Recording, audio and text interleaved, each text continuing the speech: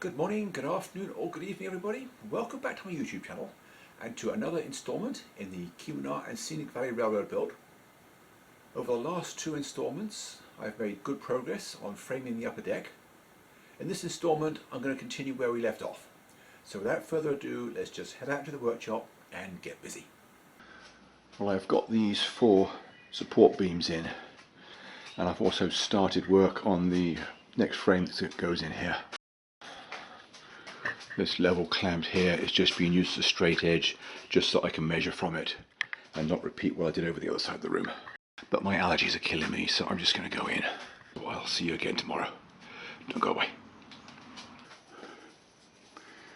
Well, at this point I have built about half of this frame and I'm just test fitting it. It's best to do that now before it gets too heavy to move around easily. I'm going to make a little bit of an adjustment here. I'm going to widen that slot on one side because I think it's about 1/4 of an inch out. Next I've got to put the end piece on and frame in this piece in this corner. And then I'll bring it back and install it properly.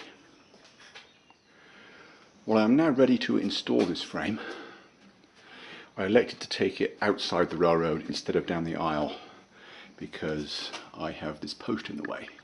So I would not be able to carry it in horizontally. So I'm going to have to lift it and then tip it up on top of the railroad from the back. Now I know when I assemble it in the client's railroad room I won't have this space at the back, but also I won't have the post in the way either, and I will have help. So I'm going to turn the camera off and install this frame. Don't go away. Well, I've now got it positioned and it was not as awkward as I thought it might have been. In fact, I'll be honest, I did briefly consider going inside and getting my stepson to help me, just in case, but then I decided not to. Anyway, I have 2 temporary clamps in this end, just to hold it until I get the bolts in. I have a temporary leg in that back corner, which will not be needed once it's installed at its permanent site, because there will be a ledger board all along the back edge. Once the joist is installed alongside this beam, there'll be a flange on top of it, and that's what the frame will rest on, and then this screw can come out.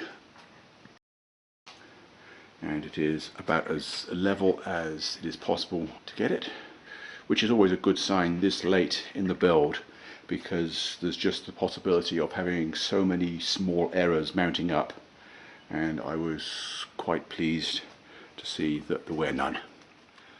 Anyway, I'm going to get some bolts in at that end, the last joist in here, and then I can work on the corner bit, and that will of course hold it square. Well, this frame is now permanently installed. Before I can build the next one, I have to go inside and get some dimensions.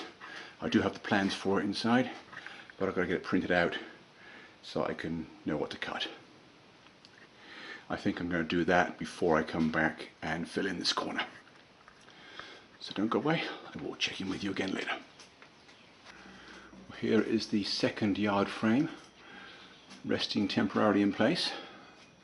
At the moment it's supported on this block of wood. This end rests exactly where it's supposed to be, on the backdrop, although for some reason it came out slightly long. I'm going to have to trim that with the skill saw. Other than that one tail that needs trimming, it looks like it is exactly right first time. Of course, this is only about half the frame. 3 of the 6 cross members have to be installed against these beams, so they will be done in situ, as will the triangle in the front.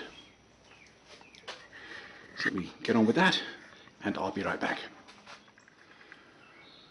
Well, this second frame is now permanently installed. It is pretty solid. I can barely move it. It will be even more solid once I have a shim jammed in there, because then this frame will actually become a cantilever instead of just being dead weight. I'm not going to jam that shim in just yet, because until that back corner is properly anchored to the wall, this area of backdrop is not as secure as it will eventually be. Once that is anchored firmly to the wall, this will be rock solid. You can see I have built a truss in there to ensure that I do get adequate support at the front. I'm now just getting set up to put in this corner piece, and just as on the other side, I want to arrange formers to get a 40-inch radius fascia. So let me go away, do that, and I will be right back. Well, I have this triangle framed in, and I have this corner done. That's still gluing up. I am happy with the progress today, so I'm just going to go in now and get on with something else inside. I will come back out again on Monday and continue. So don't go away, I will check in with you again later. It is Monday morning and I'm back out in the workshop again. I know on Friday I said that I was going to take care of connecting up this helix to the benchwork that I framed on Friday. But I was thinking about it, and I want to get the work table in under this area here. It's a wide tapered piece. Got to cut it from a whole sheet of 3/4 inch plywood. And I want to do that while I still have a little bit of framing in this area to do, so that I have a fighting chance of using up the offcut. I don't want to waste it. So let me get this sheet of plywood set up on the sawhorses and work out how big it has to be. Well, I have marked out what I believe to be the required shape for that bench. Ignore the fact that there is a second line around here. I forgot to allow for the edging piece, which is basically ripped from a 2x4 on my table saw. That's the shape of it. The idea being that I can now screw it together from the bottom, and then I will put another vertical piece in there as a stiffener. That gives the bench a nice edge. Just sand this really nice with the orbital sander. Note that it is at the moment upside down. That's because I'm going to need to use the jigsaw on the curve, and that tends to rip the top surface. So let me just get this cut to size and I'll be right back. Well, it is now cut to size and the front edge glued on. All I can do now is leave it while I work on something else.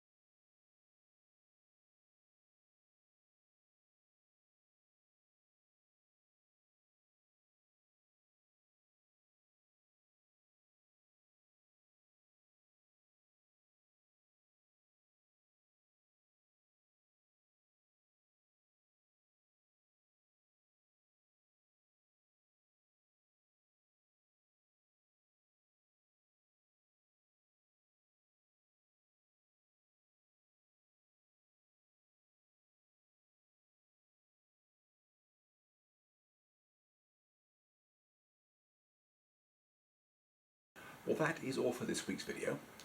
I'm sure it's a lot shorter than most of you are expecting, but I have noticed over the last few installments that they've been getting longer and longer, and I just feel that over the past 2 weeks they've got too long. So as I said before, that's all for this installment. I hope to see you back again next week. Thanks for watching, and bye for now.